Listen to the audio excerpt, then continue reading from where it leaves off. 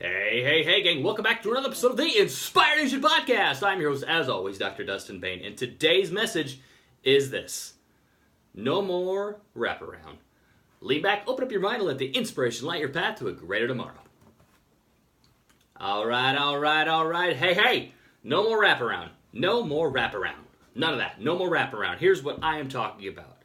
So many of you who have tuned in over the past 3 years since we began this whole journey process of the Inspired Nation podcast realize that I have an amazing dog. His name is Sai.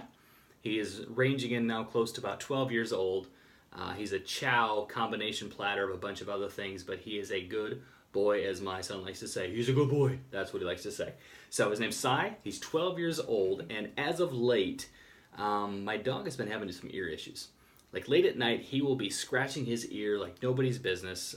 He'll walk around, his ear will be, usually they're up high. He's got one pouch down, he kind of scratches it down to the side, just rubs it up against the couch, rubs it against the person, rubs it against the floor, obviously his ear is irritating him.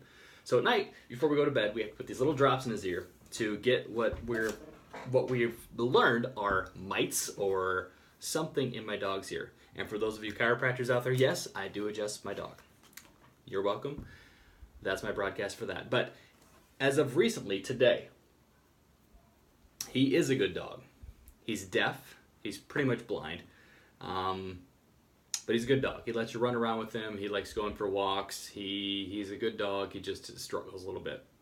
And he may not be the most intelligent dog in the world either. Stemming from a scenario that happened today. I let my dog out to go his business. All right, I had to open the screen door, latch him up to the back, let him go outside, do his business, and I went inside and started making some food because I was hungry. And under probably close to, about 5 minutes later, all of a sudden I hear my dog outside barking. And it wasn't like I'm mad at something, I'm barking at a squirrel, I'm angry with something. It was literally, he was just out there, ruff. And then he waited a little bit like he was yelling at somebody like, help me, ruff, every so often. So I look out at my dog. I look out in the backyard at my dog, and he literally has wrapped himself around a tree. He's walked around the tree and forgot how to get back from the tree. And it wasn't like he kept constantly walking around the tree and he was stuck. It was like he walked around the tree one time, halfway, and couldn't figure out how to get back around. Like he walked out, started going, and went around the base of the tree, came back to the house, and was stuck. Yeah, not a real intelligent dog. So I look at my dog and said, Bozo, go backwards. Go back to where the chain is so you can come back to the house. And he just sat there and he kept barking, ruff, like he was looking for help. So I looked at my dog again. I said, hey, Bozo, Sai. Go the other direction, come back. Like my dog can understand what I'm saying, right? He's deaf, he's old, he doesn't understand what the heck's going on. So I took that in consideration, walked off the deck, walked down the steps, walked out to the tree, grabbed him by the leash, walked him back around the way he had came, and then from that point he deadbolted into the inside of the house. Which got me thinking, because this is what I do when I'm doing random things throughout the day, is how many of us do something and we get to a certain point, we get into a situation where we just feel stuck, like there's nowhere to go. Literally, we try going forward, we can't go. We try going sideways, we can't go. We kind of look backwards, but we don't want to go the backwards, and we're just like, we're stuck. We get stuck in a situation, we get stuck in a fitness routine, we get stuck in where our balance is in our checking account, we get stuck in a relationship, all this stuff, we just get stuck. And we just sit there. And it's easier for a lot of us to just sit there and start moaning and groaning. To just start barking around like, man, I don't know what the problem is. My job sucks. This relationship is horrible. I don't know why I can't get get into the black in my checking account. I don't know what the heck. Why am I always behind on my bills? I don't know what to do. And in our mind, it makes sense to continue to try going forward. So imagine we have a collar around our neck. We're wrapped around that tree. We are Sai. We are that dog. And we got the collar wrapped around our neck, and we're just trying to get back to the door. We're just trying to get back, and we're just keep lurching forward. Like, I just want to get back there. I'm stuck. I don't know where to go forward. I'm sideways. I'm stuck.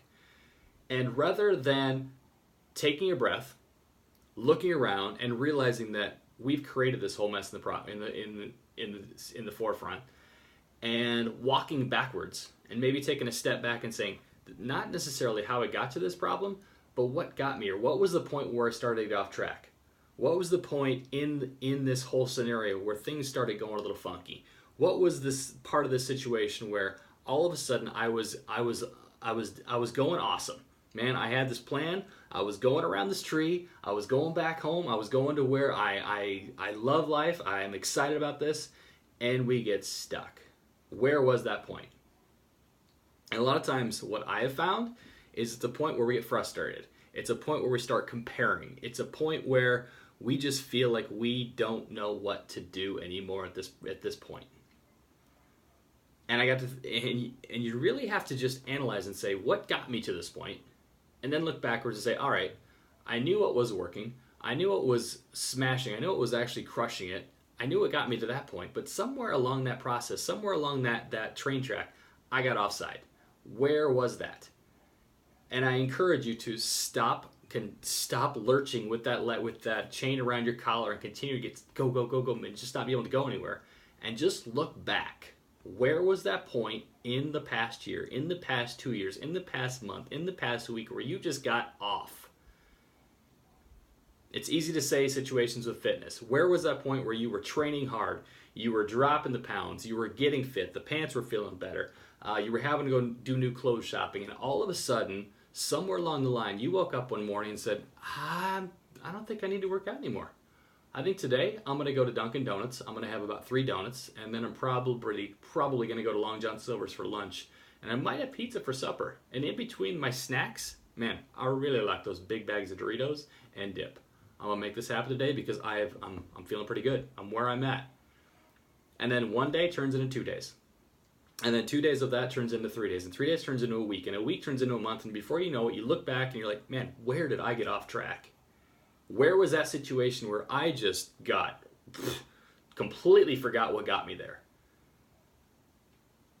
And you need to look back and say, it was that morning that I woke up and decided the simple things in life of getting up and getting my 20 minutes workout in, of choosing correct foods, the simple things. It's always the fundamental simple things that when you get off of track of them, that's when you fall apart. So my challenge, my opportunity, my inspiration, my motivation, my encouragement for you today is, where did you get off track? If you're still rocking it, make sure you stay on that path.